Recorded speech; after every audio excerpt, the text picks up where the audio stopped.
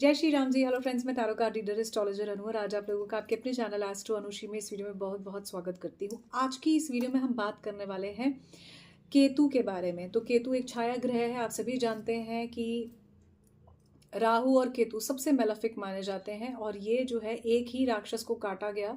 तो राहु जो है धड़ है और केतु जो है शरीर, रेस्ट ऑफ द बॉडी है। ठीक है, अगर हम इसे जो है इंग्लिश एस्ट्रोलॉजी के पॉइंट ऑफ व्यू से या ड्रैगन चाइनीज एस्ट्रोलॉजी के पॉइंट ऑफ व्यू से बात करते हैं तो हेड ऑफ द ड्रैगन जो होता है उसको हम बोलते हैं राहु, और जो टेल ऑफ द ड्रैगन होता है उसे हम केतु बोलते हैं, या रेस्ट ऑफ द बॉडी होता है उसको हम केतु बोलते हैं। ठीक है, आप सभी को पता होगा।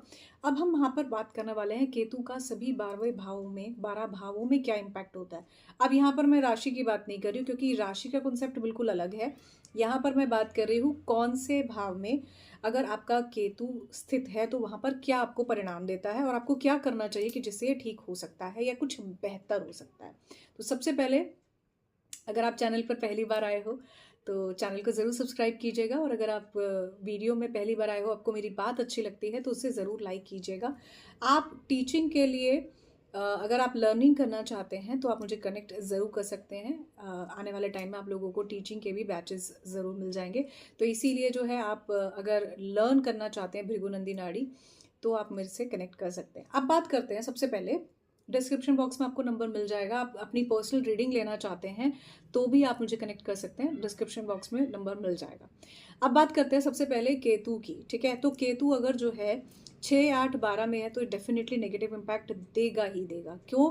क्योंकि अगर छठे भाव में बैठ गया तो लॉन्ग टर्म के आपको कोई ना कोई प्रॉब्लम दे सकता है, लॉन्ग टर्म से जुड़ी हुई कोई दिक्कत दे सकता है, पास्ट लाइफ कनेक्शन से जुड़े हुए आपके शत्रु हो सकते हैं, नेगेटिविटी आपके एक लॉन्ग टर्म तक चलने वाली है। ठीक है, अच्छा, ऐसे लोगों को बार बार जो है ना केतु से जुड़ी हुई प्रॉब्लम होती ही होती है। ठीक है, अब ये जैसे अगर आपको जो है कोई भी प्रॉब्लम हो रहा है, ठीक है, तो आपके बोन्स में दर्द हो सकता है, आपको जो है ज़्यादातर आपके बैक में प्रॉब्लम हो सकता है, आपके पैरों में दर्द हो सकता है, हाथों में दर्द हो सकता है। तो कोई भी चीज़ आपको बार बार जो है ट्रिगर कर सकती है। ठीक है, इसी तरह से अगर मैं बात करती हूँ 8वें भाव में अगर आपके केतु है, यहाँ मैं राशि की बात नहीं कर रही हूँ, अगर 8वें भाव में आपके केतु है तो भी कहीं ना कहीं आपके जीवन का पास्ट लाइफ कर्म आपके आगे ज़रूर कुछ ना कुछ किसी ना किसी फॉर्म में ज़रूर आएगा। अगर आपके 8th हाउस में केतु है तो कहीं ना कहीं आपके ससुराल पक्ष में या फिर आपके मायके पक्ष में किसी तरह की कोई ना कोई उथल पुथल जरूर देखने को मिलेगी। स्पेसिफिकली आपके ससुराल पक्ष में देखने को मिलेगी। अब डिपेंड करता है ना कि क्या सिचुएशन है, क्योंकि वो 7वें भाव से प्रोमिनेंटली आपके जो है दूसरे भाव को देख रहा होता है। ठीक है, अब बात कर लेते हैं कि अगर मैं यहाँ पर अब बात करती हूँ तो ये केतु का अब लगन और 7वां भाव भी कहीं ना कहीं पीड़ित करता है ज्यादातर वैदिक एस्ट्रोलॉजर्स। और ऐसा देखा भी गया है कि जब आपके 7वें भाव में कहीं ना कहीं राहु और केतु से जुड़ी हुई प्रॉब्लम या राहु और केतु से जुड़ा हुआ, स्पेसिफिकली मैं यहाँ पर केतु की बात कर रही हूँ, तो केतु से जुड़ा हुआ अगर आपका 7th हाउस में केतु है तो आप यकीन मानिए आपको 100% पार्टनर से प्रॉब्लम्स होंगी ही होंगी। ठीक है, अब किसी के डिवोर्स के पॉइंट ऑफ व्यू से भी देखा जाता है। बहुत सारी कुंडलियां देखने के बाद मेरा खुद का भी यही निष्कर्ष है कि ज्यादातर जहां पर 7th हाउस में केतु है ना तो वो अलगाव कराता ही कराता है, क्योंकि केतु को यहाँ पर समझना जरूरी है। केतु अलगाव है, केतु स्पिरिचुअलिज्म है, केतु आध्यात्मिक है, केतु आपको उस पर्टिकुलर जिस भी घर में वो बैठा हुआ है, पहले से लेकर 12 तक जिस भी घर में मैं बैठा है, अगेन आई रिपीट, मैं राशि की बात नहीं कर रही हूँ, तो आपके जिस भी भाव में केतु बैठा है उस भाव से जुड़ी हुई चीजें वो छोड़ने के लिए कहता है। एग्जाम्पल के तौर पर 7th हाउस में केतु है, उस भाव से जुड़ी हुई चीजें छोड़ दीजिए। अगर वो जो है आपके लगन में बैठा हुआ है तो उस भाव से जुड़ी हुई चीजें छोड़ दीजिए। 8वें घर में बैठा है, उस भाव से जुड़ी हुई चीजें छोड़ दीजिए। तो कहने का मतलब है कि उस पर्टिकुलर भाव से जुड़ी हुई चीजें छोड़कर ही या उसकी तरफ अपना अच्छा कर्म करके ही आप उससे निजात पा सकते हैं। अब एग्जाम्पल के तौर पर मान लीजिए आपके लगन में केतु बैठा हुआ है, आपको ज़्यादातर लोगों के साथ टाइम स्पेंड करना चाहिए, आपको खुद पर ध्यान देना चाहिए, आपको अपने ऊपर फोकस करना चाहिए, खुद से प्यार करना चाहिए, तब आपकी ये चीज़ें थोड़ी सी बैलेंस हो जाएंगी। लेकिन आपके साथ क्या समस्या आती है, आप खुद से प्यार ना करके दूसरों से प्यार करते हो, इतना ज़्यादा प्यार करते हो, इतना ज़्यादा प्यार करते हो कि वो बाद में आपको प्रॉब्लम देता है। ठीक है, क्योंकि जिनके लगन में केतु है उनके 7वें घर में फिर राहु है, पार्टनर को लेकर हमेशा मिसअंडरस्टैंडिंग होगी। ठीक है, अब यहीं पर 7th हाउस की भी बात कर लेते हैं। मान लीजिए आपके 7th हाउस में केतु बैठा है। अब आपका खुद का ही जीवन बहुत ज़्यादा भटकाव में आ गया। क्यों? क्योंकि राहु यहाँ पर आपके जो है प्रोमिनेंटली खुद के लगन में बैठ गया। तो आपको ऐसे लोगों को सबसे ज़्यादा स्किन में जो है एक प्रॉब्लम होती है, एक प्रॉब्लम सबसे ज़्यादा होती है कि उनके चेहरे पर कभी भी वो तेज आपको नहीं दिखने को मिलेगा जो होना चाहिए, जिसमें एक अट्रैक्शन हो। ठीक है? अब क्योंकि राहु जो है आपको, अगर किसी का राहु अच्छा है, ठीक है, अब ये देखना पड़ता है कुंडली में कि कौन से भाव में बैठा है, कहाँ बैठा है, लेकिन अगर किसी का राहु अच्छा है तो ये आपके जीवन में इतना ज़बरदस्त आकर्षण आप में पैदा कर सकता है कि आप इस पर्टिकुलर आकर्षण से, इसके पर्टिकुलर फैन हो जाने से आपका मन करेगा कि बस उसे बड़े पर्दे पे जाकर देखा जाए। This is called it self is, जो भी आप जो है बड़े पर्दे पर देखते हैं, हमारे फिल्मी एक्टर एक्ट्रेसेस, उनका राहु बहुत अच्छा उनके लिए काम कर रहा होता है, उन्होंने अपने फेवर में कर रखी होती हैं ये चीज़ें, कुछ कुछ उपायों से, कुछ कुछ अपने एक्शंस से, है ना। तो ये आपके जब आपके लिए पॉजिटिव काम करने लगता है तब जो है आपको ये इतनी एनहांसमेंट देता है। ठीक है? तो ना चाहते हुए राहु और केतु एक दूसरे के साथ 7वें भाव में है, इसीलिए यहाँ पर ये चीज़ मुझे बतानी पड़ी। अदरवाइज मेरा फोकस आज की वीडियो में प्रोमिनेंटली केतु पर है। ठीक है? तो मान लीजिए अगर आपके लगन में केतु है तो 7th हाउस में जो है डेफिनेटली फिर राहु आ जाएगा। सिमिलरली अगर आपके लगन में राहु है तो 7th हाउस में केतु हो जाएगा। तो जब लगन में आप ही भटकाव में हो तो डेफिनेटली पार्टनर से जुड़ी हुई प्रॉब्लम्स आएंगी। ये ज़्यादा जो है शादी के बाद एक्टिव हो जाती है। तो इसीलिए वहाँ पर 7th हाउस में जो बैठा हुआ केतु है वो अपना इम्पैक्ट देने लगता है। ठीक है? मैंने यहाँ पर एक छोटी सी बात और कही कि कैसे आप इन्हें अपने फेवर में कर सकते हो। हर प्लैनेट अपना पॉजिटिव और नेगेटिव देता ही देता है। ठीक है? तो अगर आप पॉजिटिव चीज़ों को अपने फेवर में कर सकते हो, एग्जाम्पल के तौर पर जिन लोगों का राहु खराब होता है, बहुत खराब होते हैं देखने में, बोलने में भी बहुत खराब होते हैं, लेकिन जिनका राहु अच्छा होता है वो देखने में इतने अट्रैक्टिव होते हैं, आपको मन करता है कि आप उनसे बात करो, उनके साथ अच्छा टाइम स्पेंड करो, बस वो आपसे बात कर लें, इतना मन करता है। क्योंकि ये आपको एक अलग तरह का अट्रैक्शन, हॉलोसिनेशन, इल्यूजन देता है। ठीक है? और जब किसी चीज़ की तरफ अट्रैक्शन इतने लेवल पर होता है तो वो उस व्यक्ति के लिए जैसे मानो वीकनेस बन जाती है। अरे नहीं, मुझे तो उसी को ही देखना है, नहीं वो मुझे बहुत अच्छा लग रहा है, नहीं वो मुझे बहुत अच्छी लग रही है। ठीक है? जिसे कई बार बहुत ज़्यादा बढ़ने पर लोग अट्रैक्शन से ज़्यादा ब्लैक मैजिक की तरफ ले जाते हैं, नेगेटिविटी की तरफ ले जाते हैं, वशीकरण की तरफ ले जाते हैं। ठीक है? अब बात कर लेते हैं फिर से कि केतु जो है अगर आपके 7th हाउस में है तो वो कहीं ना कहीं पार्टनर से डिटैचमेंट देगा। अब डिटैचमेंट का मतलब ये बिल्कुल नहीं है कि आपके पार्टनर से डिवोर्स ही हो जाए। हो सकता है काम के सिलसिले में आपके पार्टनर आपसे दूर हो जाए, हो सकता है किसी व्यक्ति के साथ जो है उनका इस तरह का कनेक्शन हो कि जिसकी वजह से आपके साथ उनका कनेक्शन इतना ज़्यादा ना हो। एग्जाम्पल के तौर पर कई फीमेल्स की आफ्टर मैरिज ये शिकायत होती है, अरे मेरा पति तो उसी को ही सुनता है। हो सकता है उनका कार्मिक कनेक्शन वहाँ पर ऐसा कनेक्टेड हो। ठीक है? तो ऐसी स्थिति जो है कई बार आपको आपके पार्टनर के साथ होते हुए भी एक अलग तरह का इमोशनल अटैचमेंट नहीं देती है, और रादर आप इमोशनल की अटैचमेंट की बजाय डिटैचमेंट की तरफ चले जाते हैं। अब बात कर लेते हैं, अगर केतु आपके दूसरे भाव में है, आपको अपनों से, लोगों से बातचीत करनी चाहिए, परिवार के साथ थोड़ा सा अच्छा टाइम स्पेंड करना चाहिए। ठीक है? ऐसा करने से केतु दूसरे भाव में जब भी आपको तंग करता है या उसका इम्पैक्ट अगर दूसरे भाव में होता है तो कहीं ना कहीं ये जो समस्या है ये थोड़ी थोड़ी आपको मैनेज और ठीक होते हुए नजर आएगी। अब बात करते हैं तीसरे भाव में। अपने सिबलिंग्स से बात कीजिए, जब भी मन करता है छोटी छोटी धार्मिक यात्रा जरूर करनी चाहिए, पूजा पाठ जरूर करनी चाहिए। ठीक है? अब बात करते हैं अगर आपके चौथे घर में केतु है। ठीक है? तो चौथे घर में केतु आपको क्या करेगा, घर में बहुत ज़्यादा आपको ना हेल्पिंग हैंड नहीं बनाएगा, आपको घर में कुछ ना कुछ प्रॉब्लम रहेगी, आपका मन नहीं करेगा घर में रहने का। ऐसी स्थिति में आपको क्या करना चाहिए, ऐसी स्थिति में आपको अपने घर में अपनी जो मदर हैं, ठीक है, अपने घर में जो बड़े हैं उनके लिए सेवा भाव रखनी चाहिए। ठीक है? सेवा भाव से ही आपको काम करना चाहिए, बदले में एक्सपेक्टेशंस नहीं करनी। ज़्यादातर लोग सेवा भाव से भी काम करने के बाद एक्सपेक्टेशंस रखते हैं, जब वो एक्सपेक्टेशंस करते हैं वो पूरी नहीं होती तब समस्या आती है, और केतु वाले तो सबसे ज़्यादा इस चीज़ को लेकर परेशान होते हैं। ठीक है? अब बात करते हैं 5th हाउस। अगर 5th हाउस में आपके केतु है तो सबसे पहले आपको जो भी पार्टनर मिलेगा ज़्यादातर कार्मिक कनेक्शन होगा। ठीक है? अभी डिपेंड करता है, यहाँ पर मैं बहुत जनरल बता रही हूँ। ठीक है? उसके साथ अगर आपका झगड़ा हो जाए तो लॉन्ग टाइम तक चलेगा। अगर आप उससे दूर जाने की कोशिश करोगे फिर एक बार को पास आ जाए अगर आप पास रहकर उससे दूर जाने की कोशिश करोगे तो भी एक बार को आपकी लाइफ में वो स्टे कर सकते हैं आपके पार्टनर, बट लॉन्ग टर्म में रिलेशनशिप चलना बड़ा मुश्किल है। तो ऐसी स्थिति में आपको गणेश जी की पूजा करनी चाहिए, ताकि आपके और आपके पार्टनर के बीच में जो भी ऑब्स्टेकल्स और अलगाव या कम्युनिकेशन में प्रॉब्लम आती है वो ना आए। ठीक है। ये जो 5th हाउस का केतु है ना, ये आपको सबसे ज़्यादा जो प्रॉब्लम देता है वो देता है एजुकेशन में। कम्युनिकेशन के साथ, सॉरी नॉट कम्युनिकेशन, एजुकेशन के साथ साथ ये रिलेशन आपके ख़राब कर देता है। आपके पेरेंट्स भी आपके साथ उतना अटैच नहीं हो पाते जितना उन्हें होना चाहिए। अब बात करते हैं, अच्छा ये संतान में भी आपको बहुत प्रॉब्लम देता है। जिनके 5th हाउस में अगर गलती से भी केतु है, संतान पक्ष में उन्हें डेफिनेटली प्रॉब्लम आएगी। या तो किसी तरह का मिसकैरेज हो सकता है, या बच्चे को लेकर दिक्कत आ सकती है, और कोई ऐसी समस्या हो सकती है। ऐसी एनर्जी भी यहाँ पर हो सकती है। ऐसी स्थिति में गणेश जी की पूजा करना बहुत अच्छा है। ठीक है। अब बात करते हैं, अगर आपके छठे भाव में है, ठीक है, छठे भाव में है, लॉन्ग टर्म वाले शत्रु मिलेंगे ज़बरदस्त, जैसा कि मैंने आपको पहले भी बताया। ठीक है। इसको भी ठीक करने के लिए गणेश जी की पूजा, इनफैक्ट सभी, किसी भी घर में आपका केतु बैठा है 1 से लेकर 12 तक, गणेश जी की पूजा सबसे अच्छी है। क्योंकि गणेश जी की जितना आप पूजा पाठ करते हो, कहीं ना कहीं राहु कह रही हूँ, केतु का असर कहीं ना कहीं कम होने लगता है। लेकिन अगर आपको उसका पर्टिकुलरली एक अच्छा रेमेडी चाहिए है, तो आप पर्सनल रीडिंग के साथ जाइए, क्योंकि उसी के अकॉर्डिंगली आपके चार्ट को देखकर बताया जा सकता है आपके लिए कौन सी रेमेडी सबसे अच्छी काम करेगी। वास्तु की भी रेमेडी हो सकती है इसमें, एडवांस एस्ट्रो वास्तु की भी रेमेडी हो सकती है, आपके एस्ट्रोलॉजिकल पूजा पाठ की रेमेडी हो सकती है, जेम स्टोन की रेमेडी हो सकती है।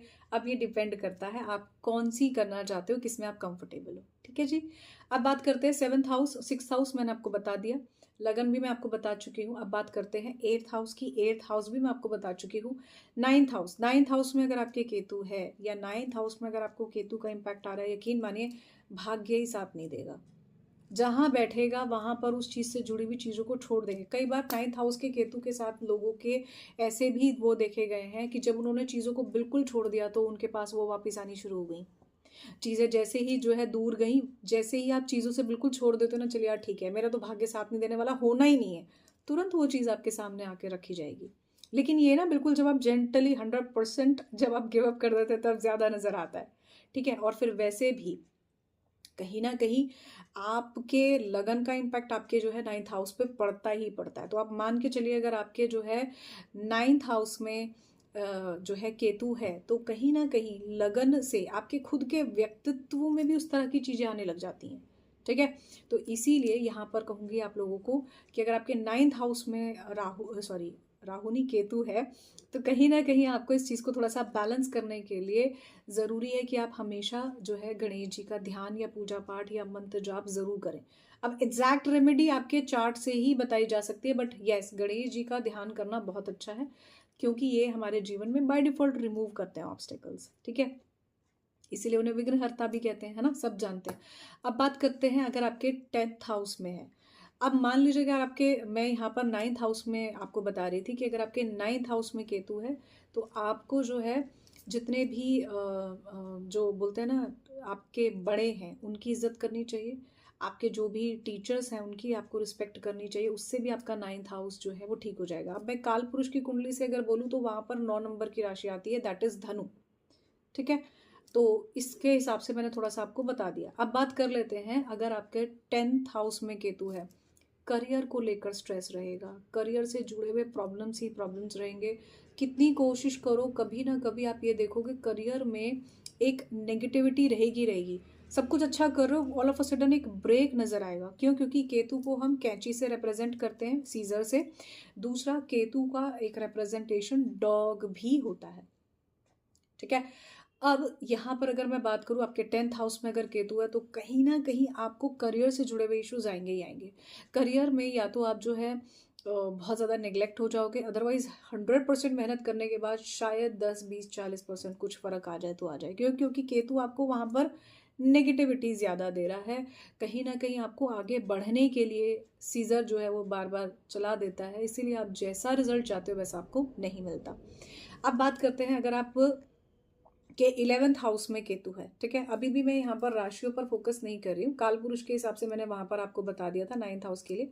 अब यहाँ पर बात करते हैं कि अगर आपके 11th हाउस में केतु है, ठीक है, 11th हाउस में अगर केतु है, आपका पैसा ही नहीं जुड़ने देगा कैसे भी। कितनी कोशिश कर लो, आपको जो है पैसे से जुड़ी हुई समस्या आएंगी। आप जो मेहनत करके पैसा कमा रहे हो ना, आपको ये नहीं पता लगेगा मैंने कहाँ खर्चा कर दिया। सारे ज़रूरत भरे खर्चे के, लेकिन आप उसे जोड़ नहीं पाओगे। अब उसके लिए आपको क्या करना है, अगर आपके 11th हाउस में केतु है, बहुत सिंपल सी, आपके पास मान लीजिए एक ऐसा अकाउंट है जिससे आप जो है खर्चा ही खर्चा खर्चा ही खर्चा करे जा रहे हो, पैसा उस पर टिकता ही नहीं। तो आप एक ऐसा अकाउंट बनाइए जिससे आप खर्चा नहीं करो, ठीक है। या आप ऐसा कोई जैसे बोलते हैं ना गुल्लक जिसको हम बोल देते हैं, या कह लीजिए मनी बैंक वाला टाइप का जो छोटा सा होता है, उसमें कुछ आप पर्टिकुलर पैसे सेव करना शुरू कर दीजिए, ठीक है। जो आपका छोटा सा पिगी बैंक जिसको हम बोल देते हैं, ठीक है। तो वैसा आप बनाइए, आप देखोगे उसके अंदर भी आप जो है पैसा जो सेव करोगे ना, वो अगर आप सेव कर दोगे और आप ये सोच लोगे मुझे इसमें से नहीं निकालना, तो आप यकीन मानिए उसकी एनर्जीज कहीं ना कहीं स्टेबल हो जानी शुरू हो जाएंगी आपकी लाइफ में। कोशिश कीजिए उसे साउथ ईस्ट डायरेक्शन में रखने की। आपका जो भी पैसा आप जोड़ने की कोशिश करेंगे वो खर्चा नहीं होगा, और जो आपके ओवर खर्चे हैं वो आप उन्हीं पैसों से खर्च करोगे जो एक लिमिटेड पैसा आपने रख दिया है। अब ये रूल उन लोगों के लिए बिल्कुल भी नहीं है कि भाई जिनके ज़रूरत के ही खर्चे हैं, नाजायज़ जो खर्चे होते हैं ना, जो हम अपनी शौक के लिए कर देते हैं। एग्जाम्पल के तौर पर घर के खाने की बजाय हम बाहर का खाना खाना पसंद करते हैं, तो अपनी पसंद के पीछे हम चले गए और बहुत सारे पैसे खर्चा कर दिया, शो ऑफ करने के लिए बहुत सारा पैसा खर्चा कर दिया। वो सब कम हो जाएगा, रेदर आपकी एक्चुअल वर्थ में वो काम करना शुरू कर देगा। आई होप जो लोग जेन्युइनली वीडियो के साथ कनेक्ट कर पा रहे हैं वो समझ पा रहे होंगे मैं क्या कह रही हूँ। Last but not the least, अब बात कर लेते हैं लास्ट मीन राशि की, या कह लो मीन राशि, दैट इज नंबर 12। यहाँ क्योंकि मैं यहाँ पर राशि की बात नहीं कर रही हूँ, 12 में जो है हमारा 12th हाउस की मैं यहाँ पर बात कर रही हूँ। तो मान लीजिए आपका जो है केतु आपके 12th हाउस में है, यकीन मानिए मीन राशि को भी अगर मैं जोड़ दूंगी ना यहाँ पर, तो थोड़ा सा जो है इसका एक्सप्लेनेशन लंबा हो जाएगा, तो इसलिए मीन राशि को छोड़ते हुए यहाँ पर मैं सिर्फ बात करती हूँ। अगर आपके 12वें घर में केतु है तो आपको क्या स्थिति रहेगी। आप जब भी विदेश जाने की कोशिश करोगे आपको प्रॉब्लम आएगी। आपके जो खर्चे हैं वो आपकी ऐसी चीज़ों में होंगे जो आपको समझ ही नहीं आएगा कि क्यों हो रहे हैं। आपको स्पिरिचुअल चीज़ों की तरफ अट्रैक्शन जाएगा और आप वहाँ पर खर्चा करना शुरू कर दोगे, शायद उसका आपको फल मिले या ना मिले। क्योंकि एक तरफ अगर आप जो है स्पिरिचुअल चीज़ों के लिए खर्चा कर रहे हो, तो 6th हाउस भी तो कहीं ना कहीं आपका इम्पैक्ट हो ही रहा है ना, जहाँ पर बाय डिफॉल्ट राहु बैठा है। हिडन एनिमीज बढ़ जाएंगे। तो आपको सारी चीज़ों को सोचकर और समझकर ही अपने लिए करना है। तो अगर आपके 12th हाउस में केतु अगर बैठा हुआ है, तो आप जो भी पूजा पाठ करते हो थोड़ा सा सोच समझ कर करें। जो भी आप एक्शंस लेते हो वो भी आप सोच समझ कर लीजिए, तो आपको इसका इम्पैक्ट बहुत अच्छा देखने को ज़रूर मिलेगा। बट अगर आप 12th हाउस में केतु की बात करते हैं तो ये आपको आध्यात्मिकता भी देता है, ठीक है। ये आपको ज्ञान भी देता है, कहीं ना कहीं ज्ञान की तरफ भी आगे लेके जाता है, क्योंकि ये मोक्ष का भी घर है, ठीक है। तो इसलिए अगर आपके 12th हाउस में केतु है तो कहीं ना कहीं आपको चीज़ों के कंप्लीटेशन की तरफ लेके जाता है। आपने जो भी चीज़ें की उसको समझता है, वहाँ पर आपको समझाता है, उससे जुड़ा हुआ ज्ञान देता है। तो एक अंतर ज्ञान यहाँ पर बहुत इंपॉर्टेंट हो जाता है।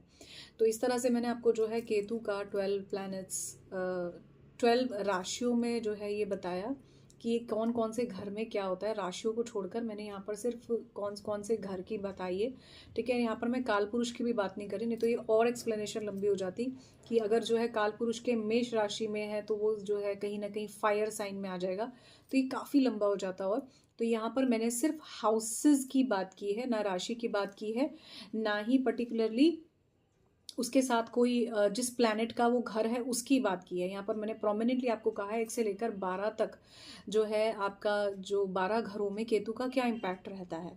तो यहाँ पर मैंने जो है आपको उन हाउसेस के इम्पैक्ट बताए हैं जिस जिस हाउस में जो है केतु बैठ जाता है। तो इस वीडियो में आई होप आप लोगों को समझ आया होगा कि कैसे जो है हमारे जीवन में हम छोटे छोटे बदलावों से अपने जीवन में वो पॉजिटिविटी वाले टाइप के चेंजेस कर सकते हैं कि जिससे केतु के नेगेटिव इम्पैक्ट ना हो और पॉजिटिव मिलने लग जाए।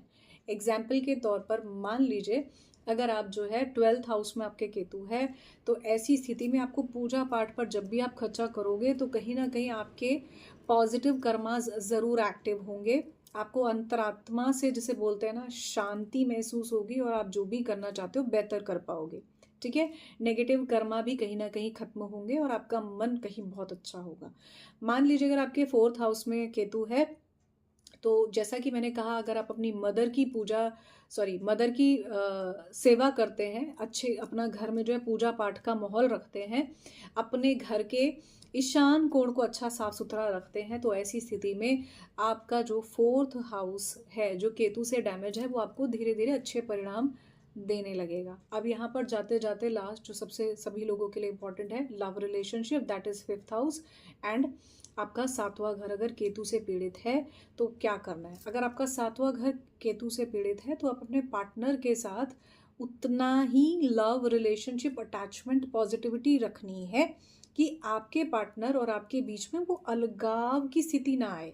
ठीक है। अब ये कैसे होगा, ये आपको मैनेज करना पड़ेगा, बैलेंस करना पड़ेगा इमोशनल लेवल पर, जहाँ पर आपकी तरफ से एक्सट्रीम लेवल पर ओवर इमोशंस आपके पार्टनर को ना दिखे, बल्कि उतना ही दिखे जितना ज़रूरी है। और जब ज़रूरत हो किसी समस्या के टाइम पर, जब आप अपने पार्टनर को अपना वही प्यार मोहब्बत दिखाएंगे जो आप जेन्युइनली उस व्यक्ति से करते हैं, तो आपको उसके असर बहुत अच्छे देखने को मिलेंगे और आपके पार्टनर को ये रियलाइज़ होगा कि भले ही आप शो करो या ना करो, लेकिन आप अपने पार्टनर से बहुत प्यार करते हो। ठीक है। तो ये 7th हाउस आफ्टर मैरिज के पॉइंट ऑफ व्यू से बता रही हूँ।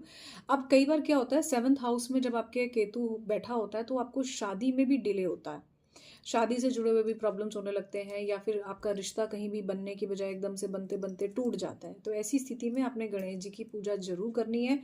और अगर आप ऐसी किसी समस्या को फेस कर रहे हो तो आपको अपनी पर्सनल रीडिंग के साथ जाना चाहिए।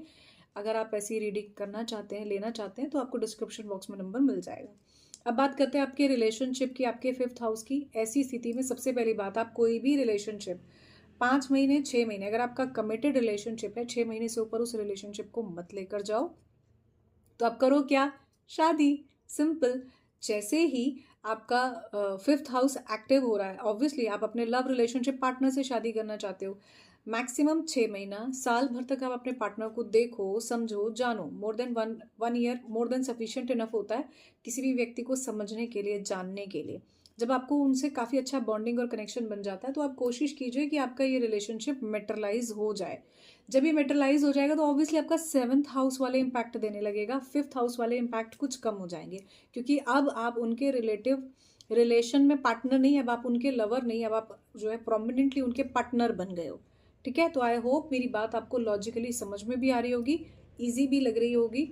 जो लोग एस्ट्रोलॉजी नहीं जानते वो भी समझ पा रहे होंगे, और जो मेरे साथ बाय डिफ़ॉल्ट टैरो की वजह से कनेक्टेड है वो भी इस बात को समझ पा रहे होंगे कि मैं क्या कह रही हूँ। ठीक है। तो आप इस तरह से अपने जीवन में पॉजिटिव चेंज कर सकते हैं, और ज़्यादा अच्छे चेंजेस के लिए आप पर्सनल रीडिंग के साथ जा सकते हैं। आप सीखना चाहते हैं एस्ट्रोलॉजी, स्पेसिफिकली भृगुनंदी नाड़ी, तो भी आप मेरे साथ जुड़ सकते हैं। तो इस वीडियो में बस इतना ही। आई होप ये आप लोगों के लिए वैल्यूएबल रहा होगा। For more videos Astro Anushri channel ज़रूर सब्सक्राइब कीजिए, ये मेरे मोटिवेशन के लिए भी बड़ा अच्छा लगेगा मुझे। आप लोगों का प्यार और साथ मुझे टैरो विद अनुश्री के साथ साथ एस्ट्रो अनुश्री के लिए भी चाहिए। तो इस वीडियो में बस इतना ही। जय Shri Ram ji, love you all, thank you, bye bye.